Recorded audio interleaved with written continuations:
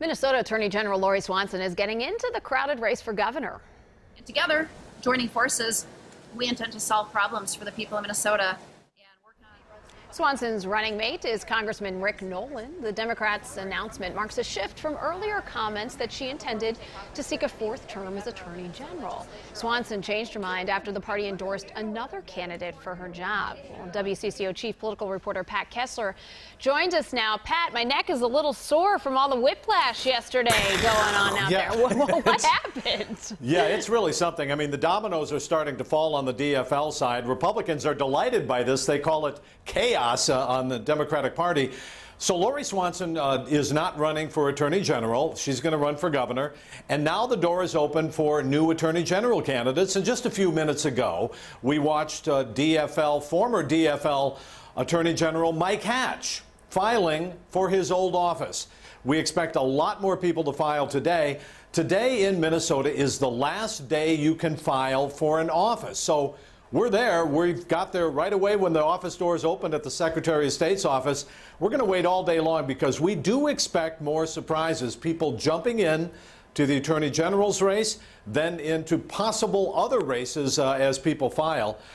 This is going to be a wild day here at the state capitol. A lot of talk that Congressman Keith Ellison might be interested in filing to run for Attorney General. Why would you want to leave Congress to be the Attorney General of Minnesota? Have you looked at Congress lately? Well, I mean, seriously.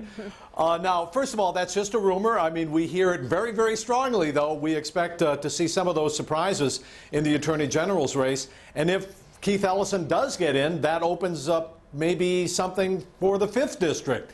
So there is a game of musical chairs going on here, and there are a lot of people who think, in fact, that this is going to be a tumultuous race for the Democrats, for Attorney General, for Congress, for governor, and for the U.S. Senate. This next few months is going to be remarkable if, in fact, the DFL is going to go through all of this turbulent few weeks just to get to a primary. Oh, good. So we have the Twin Cities paparazzi staking out the Secretary of State's office. Oh, yeah. Today. Good. We are there. Let's talk about President Trump. He canceled today's White House visit by the Eagles, the Super Bowl champs. He said on Twitter this morning that he plans to just play the national anthem instead. What happened there?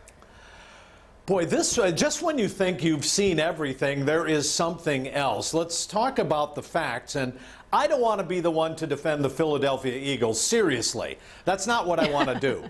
But remember, the Philadelphia Eagles never kneeled. Not a single player kneeled for the national anthem. Not a single player stayed in the locker room for the national anthem. And the president is just plain wrong about this. So he disinvites the Philadelphia Eagles because apparently he did not want to look bad at the White House, and then accuses them of doing all of this with the national anthem. Well, so reportedly only 10 of these players were going to show up. So they didn't want to go Why for not other reasons. if you're only going to have 10 people there? Well, that's a whole different thing. He says he's canceling it. They don't want to come because of the national anthem. Let's stick to what is real and what is factual and what is not. Here is the thing. There is a political race going on in Pennsylvania. Does the president want Pennsylvania? Does he want to win Pennsylvania? Does he even care? Is this just because he doesn't want to look bad?